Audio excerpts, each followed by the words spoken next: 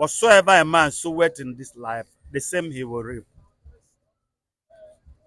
Ganduje is one of the corrupt Nigerian politicians, and his people know him for that. And so for them to chase him is normal. For them to be angry with him is normal. For him to also resign is normal. But for God's sake, why does it not feel, excuse me, like a fish out of the water when power is not in their hand? Why do they think that if Tinubu leaves power, power should go back to the north? Why? See, brother, whether Tinubu lives in 2027 or in 2031, power should go to the east. Or anyaba egwa gwarogwa. You understand? If power doesn't go to the east, then we will dance the dance of many rhythms. You understand? And so the North should stop feeling like power is their birthright. You see, this is one of the things that give birth to the Biafran agitation. Will the North be there forever? No. It's Nigeria, their property that they paid for. If they did pay for Nigeria, well, let them show me the receipt with which they paid for it. It's not the only people outside, the only people that make up this nation. It's crazy. Both them and Ganduje and their reasons for chasing Ganduje is nonsensical before me. For them to feel that power should come back to the north, it's rubbish. Total rubbish. Power should go to the east.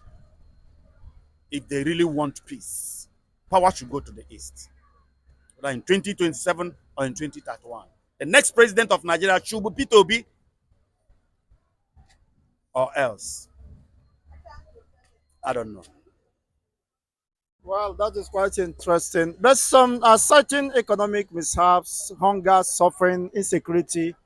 Tinubu blamed Jonathan for How can he blame Jonathan? not being responsible during his time addressing the issue of insecurity. He said that everything lies at the table of the president. But now, he's now in the scene. Unfortunately, failed to deliver. Don't you think it doesn't matter where the president comes from, but what matters is capacity and the political will to serve the people? It matters where the president comes from. Because there are three major ethnics in this country. Igbos, Hausas, Yorubas. You understand? This thing to go round. Hausas have been there for too many times. Yorubas have been there.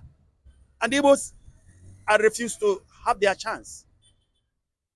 So it is also about where the president comes from. You cannot tell me that the thing will be one-sided and then we'll continue to live in one family. No. No. Jonathan, for me, and for facts and evidences, remain the best president Nigeria has ever had. And I beat my chest to say that Tinubu cannot beat Jonathan. As far as records of leadership of this country is concerned, he cannot. We miss Jonathan.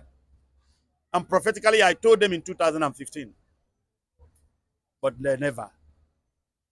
They hated Jonathan and called him Omoibo Ole, Jonathan Ole, thinking that the best is coming. Oh, well, we have been in it. 16 years of PDP, which they call bad. We have seen just like 12 years, not up to 12 years, 11 years or 10 plus years of APC. Can you compare the two? It has been hell. So, if I banaka, you don't use mirror to look at what you have on your wrist. It is very clear who is good and who is bad among the presidents and the political parties we have ever had here. That is it.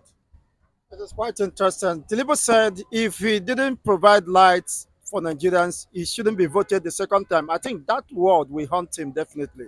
It doesn't matter what he might be thinking, that the South will support him. He made a commitment, and if he don't live up to that commitment, definitely he has shot himself on the leg.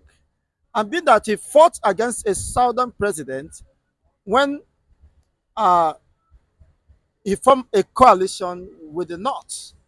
And definitely he might be seeking for the Southerners to back him up now. But definitely he might be in for surprise and shocked. Nigerian politics is nothing to write home about. Good people don't win elections in Nigeria. You understand? So it's not about somebody from the east voting him or somebody from the west voting him or somebody from the north voting him. It's about the usual gang up. It's about the usual gangster thing. You understand? An ambitious person having his way, whether crookedly or normally. You understand? Nigerian politics is cash and carry. It's cash and carry. It is he who has the money, who he is more of a mafia.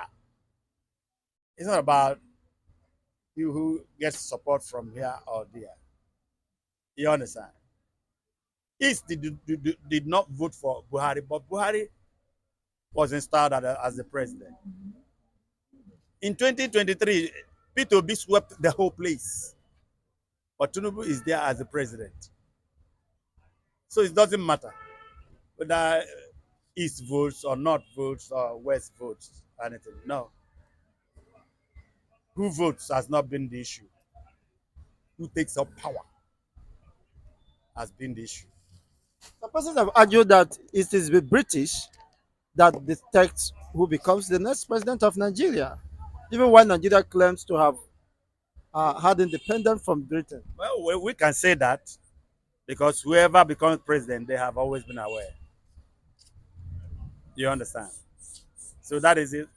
Just like in the case of Jonathan being removed in 2015 by Obama. Obama was directly involved, and we could see how dirty the game was. So leave all this bullshit. It's bullshit, I tell you. Whatever happens, we will see. My most dearest concern is the welfare of my people, Igbos, and our Eastern brothers. That's my most uh, important desire. It's not about this thing that happens here, which they call elections and politics. No. For me, forget it. We'll see what happens in 2027. We'll see what happens. Thank you so much.